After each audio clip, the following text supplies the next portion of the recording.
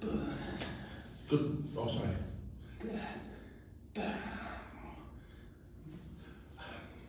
Sorry. Good morning, my name is Mark.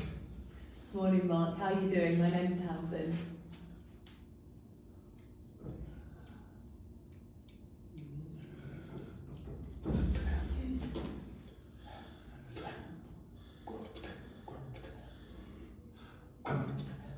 I'm from Preston, but I've grown up northwest. Oh, me.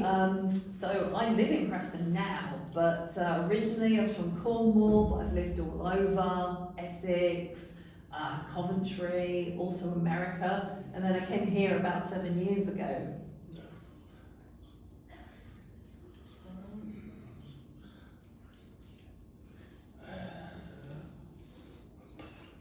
So you moved here 7 years ago, do you like it? Yeah, I love it. I love it here. I've actually missed some information. No, just carry on. Work here what? Yeah, so I work here at the University of Lancashire. I've been working here since I moved here about 7 years ago. So I love working here at the university. Did you used to work here as well, I think?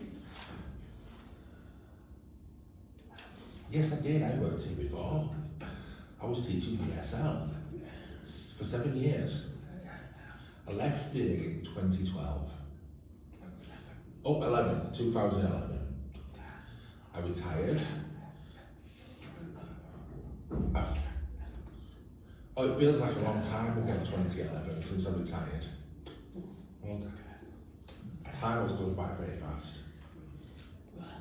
So you worked here 7 years, doing what? I'm a lecturer in digital humanities.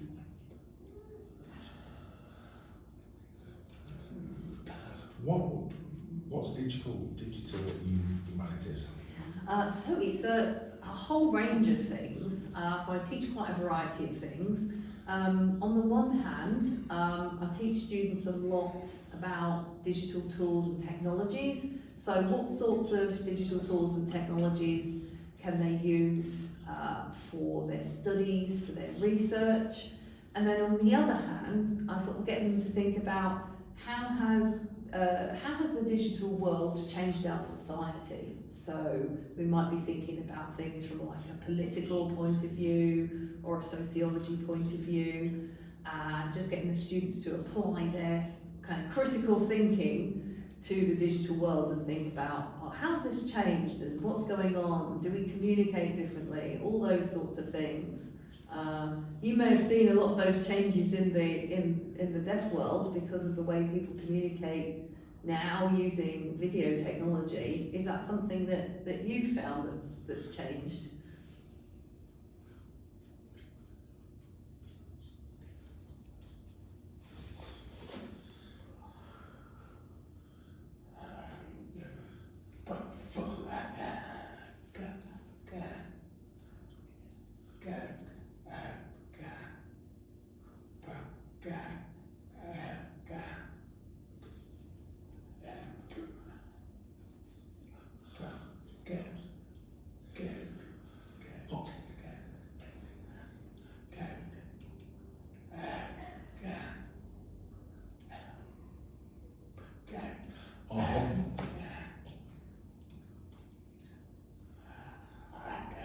So I moved here when? 1989. Sorry. 1989, yeah. Sorry. Yeah, 1989. I moved in it, right? Moved in 1989. Technology what? At that time it was just basic computers, emails.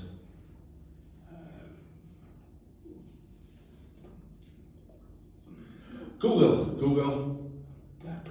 website. Yeah. Move that to the side. So for BSL assessments. So it would be VHS. So you put the tape in, you'd sign on the tape and record it. The lecturer lectures, and it kind of builds up from there for the students for marking. So they film the lectures on VHS. Big camera on the shoulder, yeah, with tape in the top loader. And then after the recording finished, then later on things changed.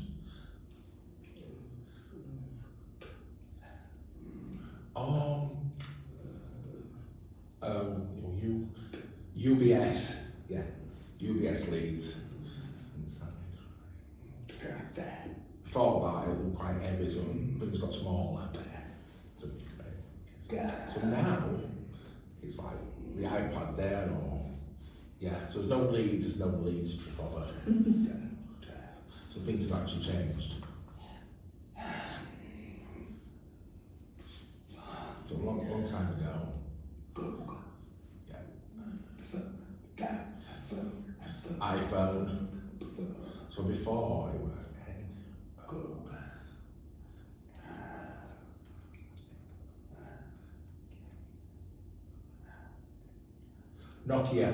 Nokia phones. Right. Very tiny, yeah, for texting. So what's that? Actually, who's that? And then it changed over then and progressed.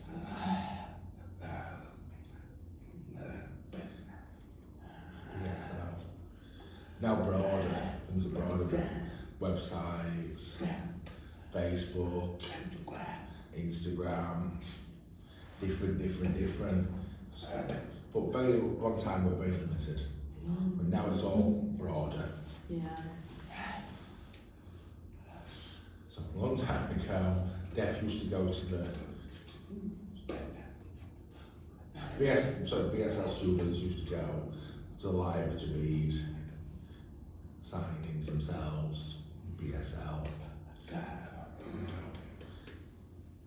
Downloading. So now it's easy to download things. So your job in digital, you teach your students how thousands, yeah, downloading. Yeah. I mean, students can download thousands of books, and it means you might be able to research in a bit of a different way. So before, maybe you're studying English literature, you might read, you're reading 10 books a year, studying those. But now you could take 1,000 books or 2,000 books and put them into a computer, and you can look like what's happening across time in these books. Even more than that, there's a Google site where you can analyse all the books in Google Books, and you can look at words across time, so word trends. So like how many times has a different particular word been used right from the beginning of the 19th century, right the way through to now. And it sort of gives you like a different historical perspective on how words are being used and what topics people are like interested in at particular times in history. So you can do all sorts of interesting things like that. So it's really fascinating to be able to use those tools. So it makes life easy for students.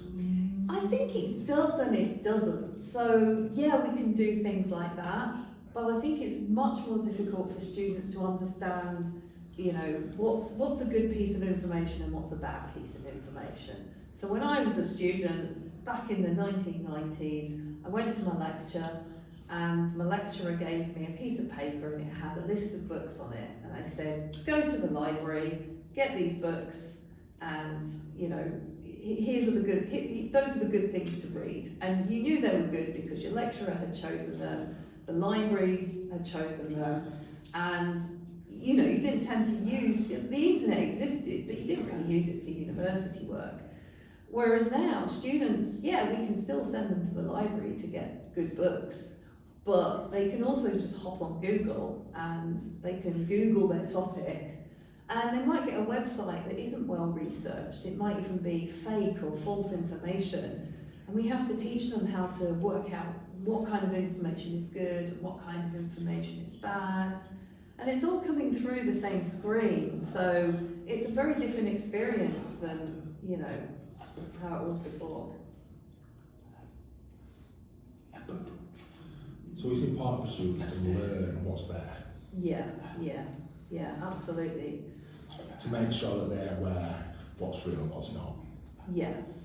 Because it's very easy, like I can create a website, for example, and I can get the NHS logo, and I can put that on my website, and I can put pictures of nurses on, and I can write a bunch of stuff about nursing. I don't know anything about nursing, so it could be that, you know, I'm just there trying to give people misinformation. Maybe I'm trying to give them fake news about COVID or something because I'm up to no good. I could easily do that, but it can look as real as an NHS website. So how do you check? How do you know where things are coming from? So we have to teach students how to do that. Say, you know, have they got proper references? Have they, you know, who's the person who's written this? Can you find out? You know, is this a university lecturer who's written this, or is this just some random person who has decided to make a website? So there's lots of examples of things out there where they've been made for bad purposes. So a good example I always think of is there was a Martin Luther King website, and it looked like a history website, but it was actually created by a racist group, and it was designed not to like be out and out racist. It was just designed to kind of get people to question Martin Luther King and question whether he was such a good person. And the idea is you sort of draw people in and they start questioning him, and then they start to think, oh, well maybe he wasn't such a good man. And then they look at other, you know, bad information, and then they're gradually turned against him. So it's quite subtle, but it's quite nasty. It's a shame that people do things like that and post things like that. Yeah, it's bad. Yeah, why would they do that? Bad.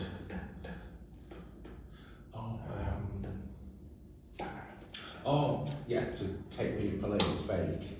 Yeah, absolutely. Because like it's really obvious if you see someone walking down the street shouting racist abuse or something like that, you know that's wrong. But you read a website that's got kind of very subtle misinformation that's trying to lead you astray, you don't necessarily know that that is a bad thing. You might think, oh, maybe there were things about this person I didn't know before. So you think maybe it's a real historical site, but then, you know, it's not. Yeah. For deaf people, Martin Luther King, information's right or is suspect. It might be easy to take in. Yeah, because like, if you've got like less access to like, you know, documentaries with good interpreters on, if you haven't got access to that, then, you know, how are you going to get your information? You know, I think that's, you know, we've had a lot of problems in recent years, haven't we, with not having good interpreters on the news and things like that. So that's been a big issue.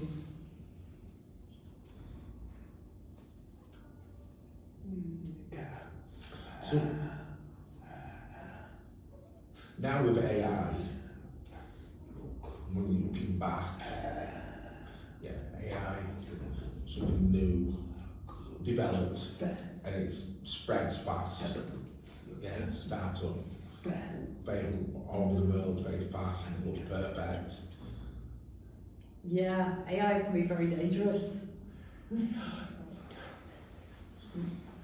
Yeah, so it's again, it can be hard for students to know what's the right thing to use. So we have to teach them, you know, how to use it ethically, how to use it well. So we don't want them to be using ChatGPT to generate their essays.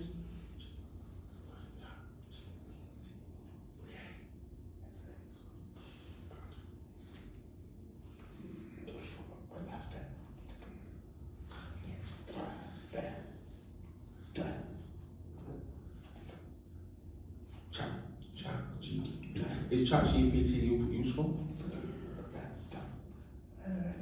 For English and language?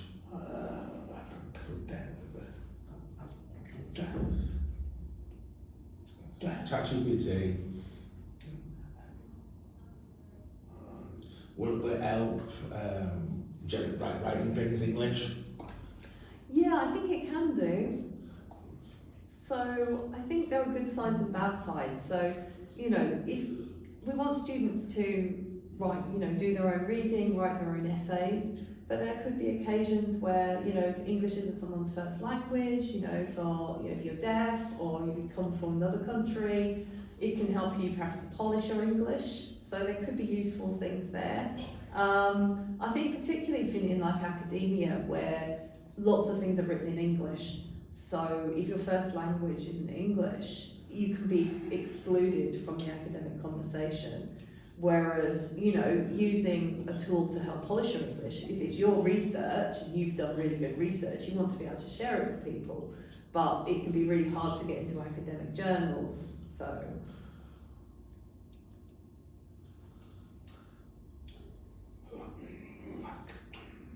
So for teaching people, start up,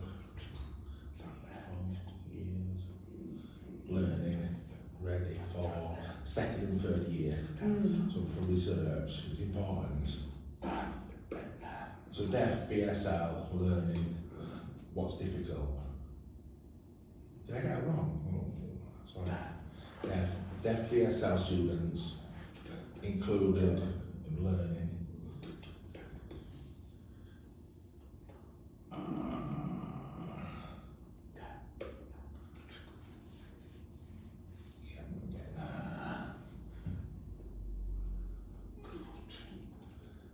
So new students write at university, they're deaf. They use BSL, the students, people. They know new, it's difficult. Is it difficult for you to teach, to encourage? Second year, third year, confidence, websites, downloading. Yeah, so I think, you know, when we get sort of students come in to, say, foundation year, first year, and, you know, they're sign language users, then we want to sort of help them to strike a balance. I think it's really good if they can work with like a support worker who can help them to develop their writing in English. I think that's really important so they can develop those skills. I think there can be a value there to using a tool like, say, Grammarly or something like that. That can help to kind of modify the English into kind of, you know, better written English. But I think it's always like important to try and work with a support worker and develop those skills, and then sort of practice using the language yourself. And that's always going to be the best way to do it, because then those skills will develop even quicker. Good. Okay, thank you.